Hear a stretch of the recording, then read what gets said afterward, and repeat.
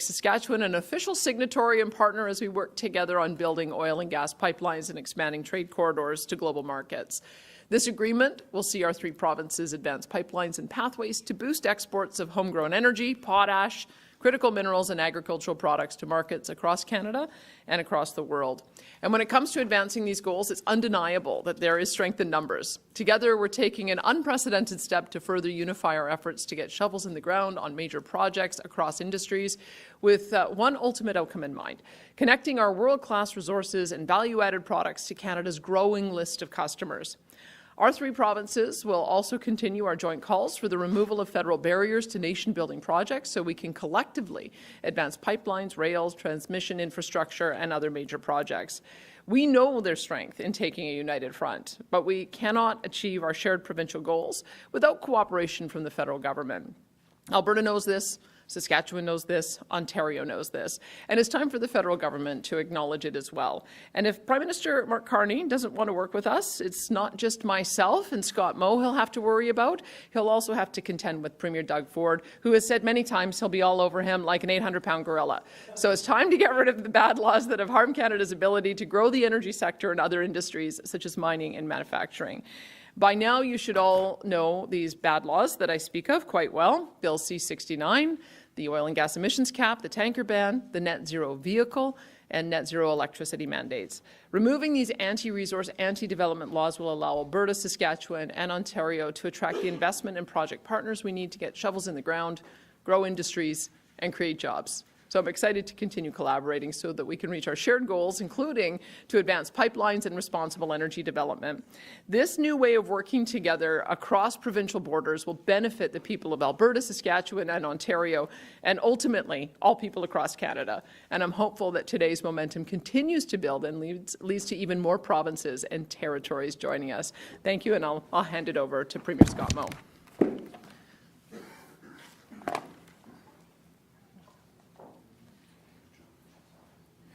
I would just say thank you to Danielle, and I could really just say ditto and sit down, and that might be, about as strong a statement as I could make. But also thank you to Premier Ford for hosting us here in Ontario as we find our way through our Council of Federation meeting this year. I think an important year for the Council of Federation to come together along with Prime Minister Carney later today.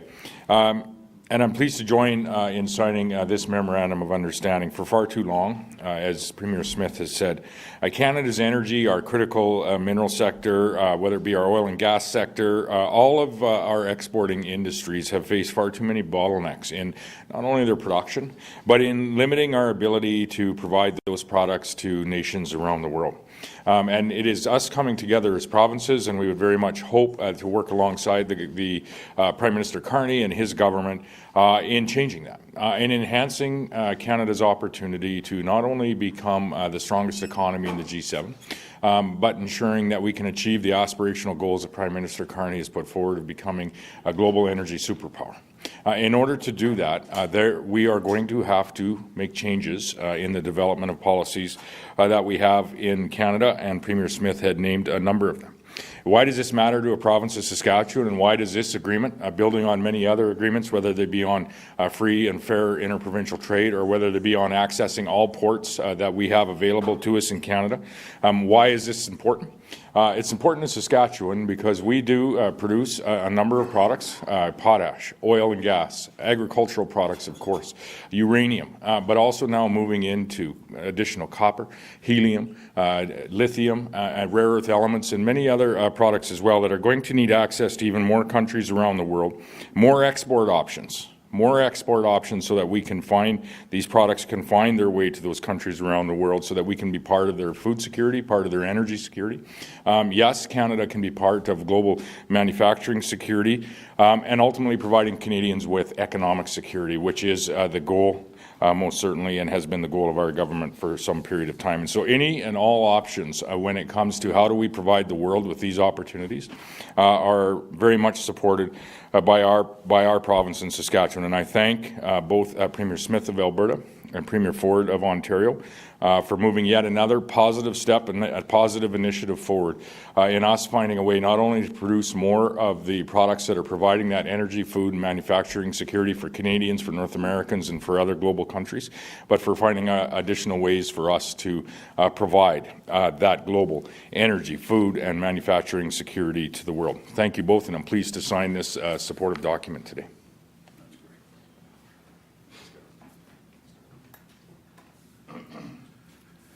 Well, good morning, everyone, and such a pleasure to be joined by my good friends, Premier Scott Moe and Premier Danielle Smith. This is an amazing day for our province and for our entire country, because when Ontario, Alberta, Saskatchewan come together, we're not just signing a piece of paper, we're sending a clear message. Canada is ready to build. And we're going to get it done as one Team Canada.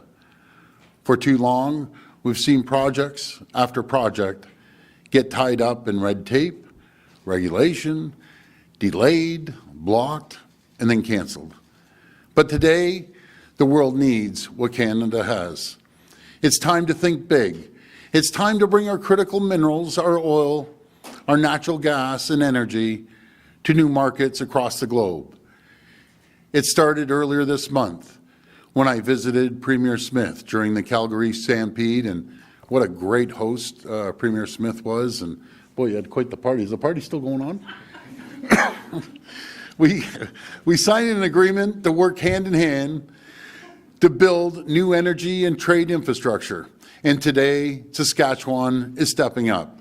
Premier Moe has offered his full support, and that's a game changer. Let me tell you our plan. This new agreement will help move Western oil and gas to new and existing refineries in southern Ontario and to northern tidewater with deep sea port in James Bay. It will connect Ontario's critical minerals in the Ring of Fire region to new ports in Western Canada, helping to build a true end-to-end critical mineral supply chain. All of it will be built using great Ontario-made and Saskatchewan-made steel, creating jobs, attracting investment, and unlocking the full potential of our economy. And all of it will be done in partnership with Indigenous communities. Canada's premiers are stepping up. Now, we need the federal government to do its part. We need the federal government to fix its broken regulatory environment and streamline approvals. And I agree 100% without listing them all. We're all in agreement what Premier Smith said. If we don't get rid of these regulations, things won't fly. But we need to do that, and hopefully we'll convince the Prime Minister to do the same thing. There's no more time to waste. We're focused on a future for all Canadians, where we stand united, take control of our own destiny, and build prosperity the likes of which we've never seen before. I want to thank both premiers for coming here to Huntsville and signing this agreement, and may God bless the people of Canada. Thank you.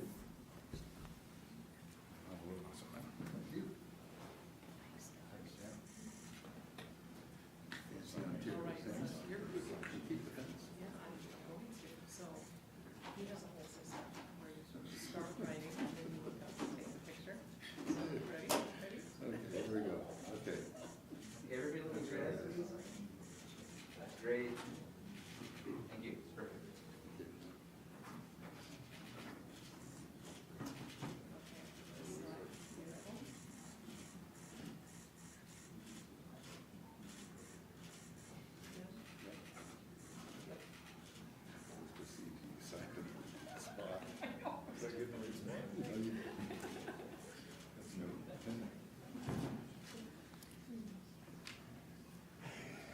Great, guys.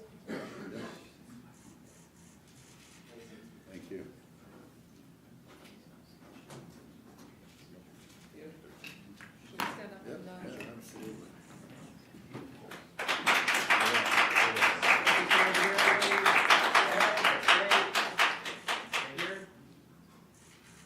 Perfect, thank you.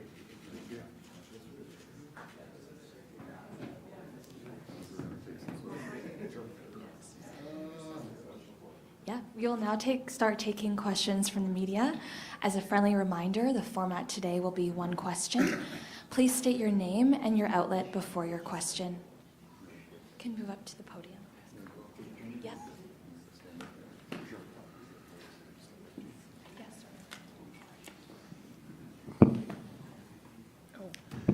Mo, I'm standing in your spot. You can go to the mic. Premiers, Peter Zimonjic from CBC News. This is a question for all of you. You've spoken a lot about using, getting our resources to other markets, but as Danielle Smith pointed out, our oil currently runs through the United States to Ontario. Michigan threatened to cut that off a couple years ago. Trump could cut it off for political reasons. Do we need to build a pipeline from Alberta to Ontario on Canadian soil, regardless of whether there's a proponent or not for national security reasons? Well, I believe so. My good friend, the governor of Michigan, and she's known her from day one, constantly threatens to cut off Line 5. That would basically shut down our airport, shut down a big part of Ontario, and we can't chance it any longer. We need to be independent. We need a pipeline going to southwestern Ontario to one of the refineries and be self-reliant. We can't rely on the Americans anymore. As simple as that. I love the Americans, by the way. I love the people. Love the elected officials, except one. And that's it. So yes, we have to start diversifying our trade around the globe. And as Premier Smith and Premier Moe said, we have to be leaders in the G7 when it comes to our economy. And we need to unleash every tool in our Canadian toolbox and tell the world that Canada is open for business. We need to cut the red tape, regulations, and regulatory burden that we're facing. And I'm confident, working with the federal government and the Prime Minister, we'll do exactly that. I'll pass it over to the other premiers. I would just say very quickly, there's really two conversations there, and you've hit at the continental or Canadian energy security one is the second one. First is as an oil producing region, and providing oil at the highest price possible. The number one priority economically is for us in Western Canada to have access to the Northwest Coast. That will shrink the differential. That will provide additional egress capacity into the U.S. Some of that does come, yes, back up into Canada. But to the oil industry, from an economic perspective, that is the priority. As a Canadian, and as ensuring and valuing and wanting and desiring us to have Canadian energy security and to, yes, be part of a North American energy security plan. But as a Canadian and valuing our Canadian energy security, we certainly need to have Canadian access through a line to the refineries in Eastern Canada, and I think that would be important to those that live in Central and Eastern Canada as well, so that we have that energy security as a country. And I would just point out, and Premier Smith will have much more to say on this, as the largest oil-producing province in Canada by a great margin. I would point out the comparison of what happened most recently in Eastern Europe, when European countries learned that they have been entirely reliant for a significant amount of their energy security on Russia. Not a country that today they want to be reliant on for that energy security, and are looking to other options around the world, including uranium from Saskatchewan and nuclear reactors from North America. We shouldn't allow that to happen to us as Canadians, to be reliant on another country, whether it be for the production of our energy or whether it be for accessing that energy through rail lines, pipelines, nor should we in any way be reliant on foreign ports for us to provide that energy security and that opportunity to the world as well. So yes, I think as Canadians, we most certainly need to have a very mature discussion about how we can provide Western Canadian oil and gas to Canadians that live in Central and Eastern Canada for our own good, looking forward generations, and for our own not only economic security, but ultimately our general security and our energy security moving forward. I've said that I'm supportive of pipelines northeast and west. I'd like to see all of them built. To Scott's point, clearly if we're opening up new markets, our best opportunity is to build a pipeline to the northwest BC coast in order to access the Asian markets. But it should give us pause that we in Eastern Canada are overly reliant on oil that either has to come by way of the United States or has to be shipped in from overseas. And so we could have addressed that years ago with the Energy East pipeline. Energy East is now no longer an option that's available to us because those pipelines are now full of gas. But if we can begin by creating a pipeline option that will at least help us to get to Ontario so that we can satisfy the needs of this market, I think that that'll give energy security to the country. And that's probably something that's long overdue. We probably should have done it decades ago. But we didn't do it decades ago, but now we can do it now. And I hope we'll be able to do that. Good morning, Premiers. Kate McKenna from CBC. This too is for all of you.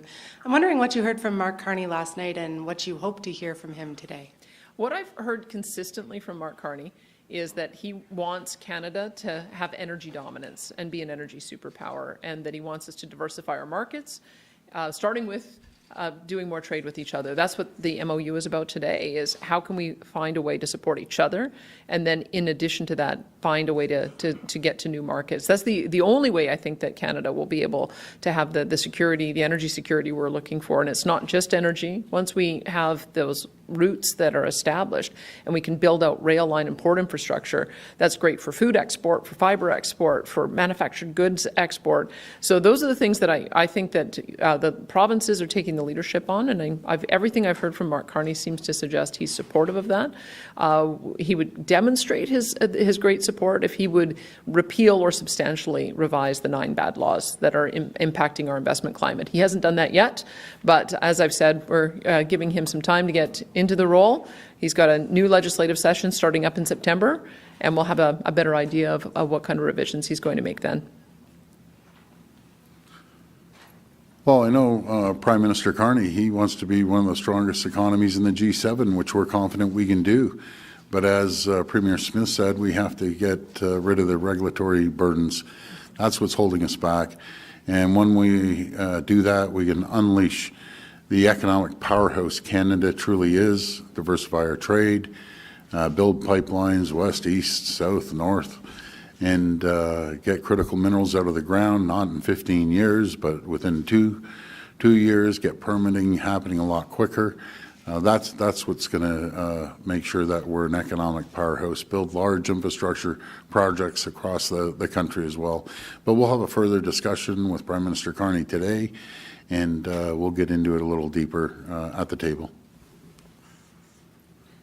And I would just focus in on 3 points with the Prime Minister, of which I think he is, off to a good start with respect to. First is the regulatory process that both Premier Smith and Premier Ford have mentioned is flawed in Canada. And I think that is recognized by most members at the federal level as they've passed C5, which is essentially a piece of legislation that is there to circumvent a lot of the timeframes that are involved and the uncertainty that are involved in the current regulatory process that we have. And it's important for us to work alongside the federal government and its provinces to actually correct the root of the problem, which is the multi-layered, 9 bad laws, as Premier Smith has mentioned, but many others. Those are the 9 priority pieces of legislation and regulation that need to be changed. Second is what we're discussing here today, is how do we increase port access and access to the world for Canadian products, and we're supportive of any and all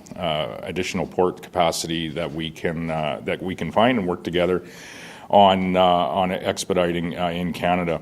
And then last but not least is market access. And in a world where, there's much talk about tariffs and much talk about counter tariffs, not just with the U.S., but with other countries. China is one of note for Saskatchewan, Alberta, and Ontario products as well in the agricultural sphere. Prime Minister Carney has been, I think, as engaging as we could hope. Certainly is engaging with the President, I would say, to a higher level than what we saw a number of months ago. And also with conversations that I've had with Prime Minister Carney with respect to some of the counter tariffs from China as a result of us as Canadians aligning with U.S. trade policy when it comes to approaching China. There is a price to pay for that, and all too often that lands on Saskatchewan and Canadian agricultural products. But Prime Minister Carney has been very engaging in reaching out and starting that conversation with China on how do we move forward, not only when it comes to canola tariffs and pulse tariffs, pork tariffs, and seafood tariffs, but more broadly. in our trade conversation with a country like China. And if we are going to, in any way, as we produce more and make it available to the world, diversify in any way that additional production away from the U.S., we are going to have to deal with growing markets like China, like India, and other markets around the world. Hi, Mickey here with Politico. This question is for Smith and Ford. I was speaking with John Katsimatidis regarding the ostrich situation in BC. He had a meeting yesterday with RFK Jr. and Dr. Oz on this matter. He essentially wants the PM to intervene in the case, and he said that he's spoken to both of you on this issue as well. Will you be applying pressure to the PM on this? And do either of you have any issues or any concerns about the federal government's treatment of farmers, particularly in this case?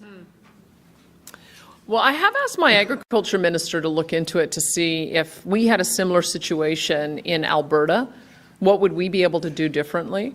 And one of the things that I think is worth looking at is when avian flu went through that herd, it did kill 20% of them, but it didn't kill 80% of them. So maybe there is something to learn from whether there's an immunity or some kind of vaccine that could be developed as a result of having that flock survive. I think that maybe we have to think about different ways to do animal husbandry and animal safety, and why not try a different approach? So I'm open-minded to see if there's any persuasion on that. I gather that the U.S. government is interested in partnering with BC if they wanted to do that.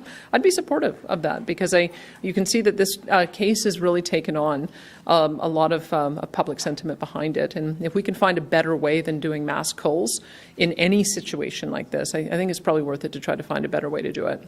I don't know if you've got a thought.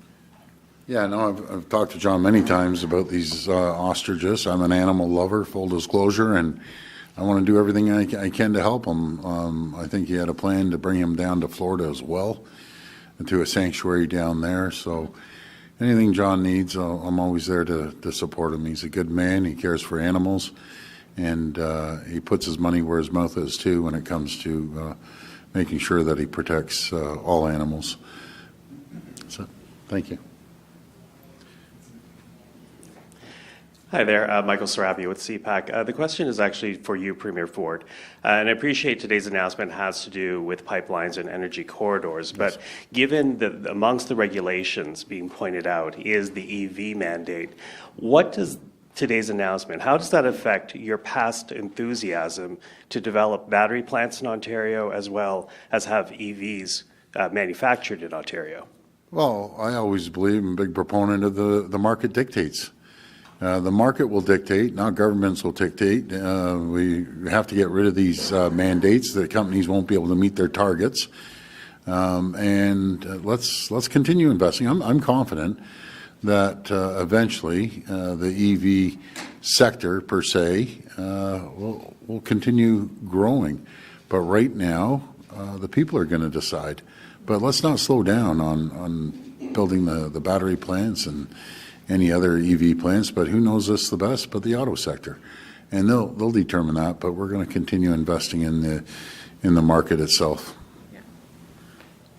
I'll just add a couple things. I think Doug produces 1.2 million cars, and Canadians buy about 1.2 million cars. So we've, as a province, taken the leadership in saying we're going to prioritize fleet vehicles that are made and finished in Ontario. And there's some great options. There's light-duty vehicles, heavy-duty vehicles, there's hybrid vehicles. And so we would hope that others would look at it in the same way, that if the Americans are going to take a hostile approach against our auto industry, I think it's up to us to be supportive. When it comes to electric vehicles, we only have a very small percentage of electric vehicles that have been purchased in Alberta. And as I mentioned, if we were to try to meet the mandate in Alberta alone, we'd have to buy all of the low emissions vehicles currently being produced in Ontario, which is impossible for the entire country to achieve, which means this policy is forcing us to look outside of supporting for Ontario in order to be able to achieve it. And I guess the last thing I'd say is that we think that we're trying to build our hydrogen economy in Alberta. We bought the Edmonton International Airport bought 100 Toyota Mirais, which is the passenger vehicle. We're doing a dual fuel pilot with the trucking industry. CP is building hydrogen locomotives in our province. We have hydrogen for home heating, hydrogen as well that we're looking for electricity. But I would love to see the Ontario manufacturers figure out a way that we could perhaps have a hydrogen combustion engine. I know Toyota is made here. And then that may be a way for us to reach zero emissions targets a different way. I think that we have to allow the market and innovators to be able to meet the needs of each individual marketplace. And so I'm hoping we can have a really constructive conversation with Ontario about that now. I've begun it as well with individuals with Toyota who've been in our province. And so let's just have a little more latitude to allow for the market to work and innovation to work. That's what I would say, and I think we can all benefit from that.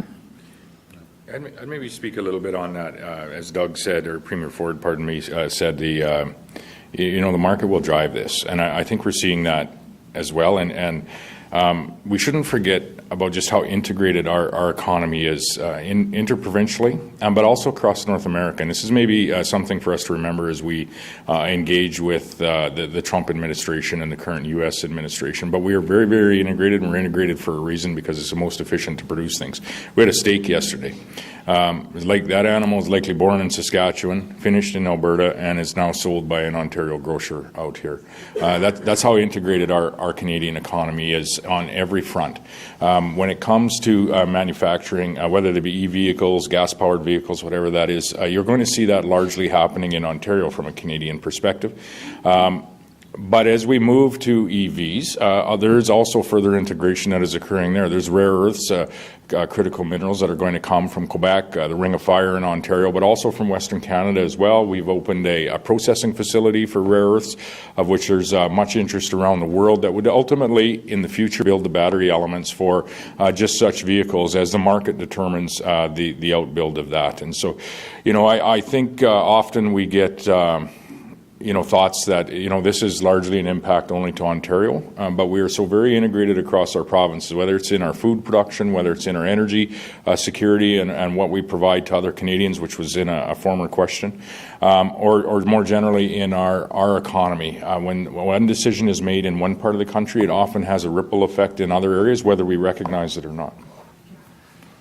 Clark Heipel from your TV Coach Go News in North Bay. My question is for Premier Doug Ford. Can you be more specific regarding, quote, regulatory burdens and, quote, bad laws that you're referring to that you want changed at the federal level? Well, I'm going to hand it over to Danielle. She has it memorized. I don't have it memorized, so let it roll, Danielle. Sure, happy to go through them. I've got a little cheat sheet right here in my notes so that I always have them on hand. So first of all, C-69, we call that the No More Pipeline Bill. That needs to obviously have some substantial rewrite, and I think that's what the 2-year to yes policy recognizes, is that has been a barrier to getting big projects built. That's one. The emissions cap. We're not going to be able to fill a new pipeline if we're capping emissions, which means capping production. With the aggressive targets, we would have to curtail production 2 million barrels a day by 2030. That's got to go. Carbon pricing, we want that to stay provincial. We have a $95 carbon price. Other provinces have made different choices for different reasons, but we want that to be provincial. We don't want them to take over carbon pricing. The clean electricity regs, I can tell you we have 17,000 megawatts of demand for AI data centers in our province. The only way we're going to build them is if we can build natural gas power plants. That won't happen if officials or if company executives are going to go to jail in 2035 for not having met emissions reduction targets that are overly aggressive. Tanker ban, again, if you can't put something on a ship, there's no point in building a pipeline to the coast, so that's got to go. The declaration of plastics is toxic. We have an integrated market back and forth between the U.S. and Canada on plastics. If you're having to handle it like it's hazardous material, adds a bunch of additional regulation. Plus, the federal government's partnered with us on a net zero petrochemical plant in Alberta. So it's chaotic policy to support and subsidize on the one hand and then try to ban it on the other. Net zero vehicle mandate, we've discussed that. And then censorship of Bill C-59. What we're hearing, if an industry is not able to talk about their genuine emissions reductions efforts without facing criminal charges for greenwashing, then we're kind of missing the point of the exercise. And the last one is we don't want to see export taxes on energy or export restrictions for the reasons that we've been talking about as well, that the Americans have a bigger hammer. If they cut off Line 5, not only does that harm Ontario, it also harms Quebec. And so we do need to find other routes, but in the meantime, we shouldn't be talking about energy restrictions, because I think it would have a devastating impact on Alberta. So those are on Canada. Those are the 9. What I would recommend to the federal government, and I have mentioned it, create a Ministry of Red Tape and Regulations. We did that, and we saved, through sectors coming to us about unnecessary regulations that are duplicated between the provinces and the federal government. We found over $1.1 billion of savings and over 1 million people working hours. So that's a big chunk. Okay, Premier Ford, stay there. Yeah. Okay. Rob Ferguson, Toronto Star. I saw you nodding when Premier Smith was saying no export taxes. So does this mean that that electricity surtax you had briefly imposed, that idea is completely dead?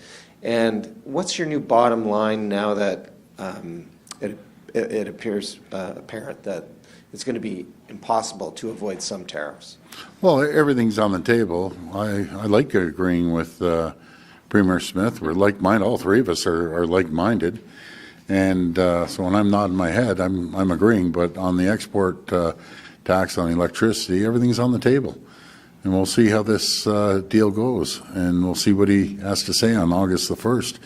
Most importantly, we have to stay united and just strengthening our trade with other countries right around the world. I think we have, 51, 57 tariff-free agreements with other countries. We've got to take advantage of that and look at other markets.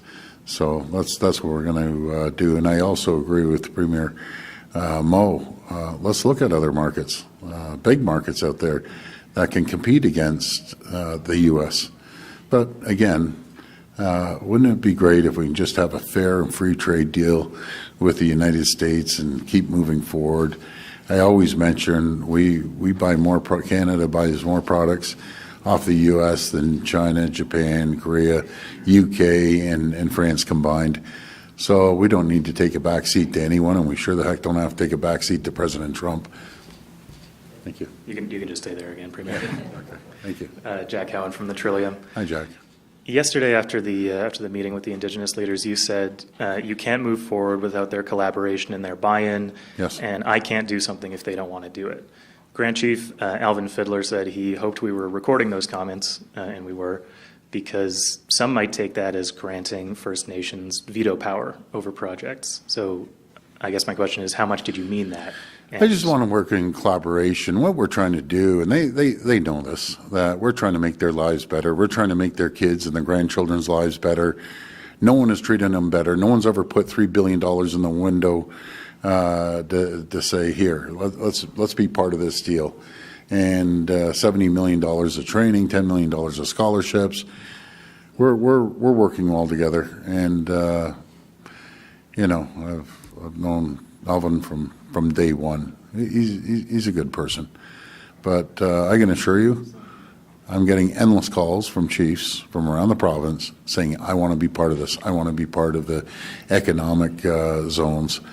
And those who want it, we're going to work with them. Those who don't, well, they're going to lose out. Simple as that. I can't force anyone to come to the table. Isaac Callan, Global News. You can stay there again, Premier. Thank you. On Quebec, both Yes. on this MOU and on the interprovincial trade, is Quebec on board with what you want to do with pipelines, and what's taking so long in terms of getting François Legault to sign up to an interprovincial trade MOU with Ontario? What's the barrier? Well, we've had the opportunity to sign 10 MOUs with the territories and all the provinces, to the exception of Quebec and Newfoundland. But I think we'll get there. Premier Legault is a very bright, business-minded person, and we'll get there. They're unique, but we'll get around to getting it done. I love them, I do, but yeah, that's important. But I think we'll have a chat with them, all three of us. We'll see what happens. All it does is benefit Quebecers. That's what it does. It brings jobs and opportunities to them. So it's a good thing. This will be the last question. Hello, Laura Stone, Globe and Mail. Premier Smith, I want to ask again about this online campaign targeting one of our reporters. You said yesterday that you don't know David Wallace, but your official X account has watched his videos before. So has anyone in your government ever used his services, and how did you come to know him? We're in Ontario to work on some pretty important issues, like the threat of tariffs, and we met with the nurses this morning, we met with the First Nations yesterday, and we're talking with the Prime Minister about how we're going to get national projects built. I've given you a statement. I did an interview with CTV. I'd direct you to that. I have no further comment on it. That concludes our press conference. Thank you very much. Thanks, everyone.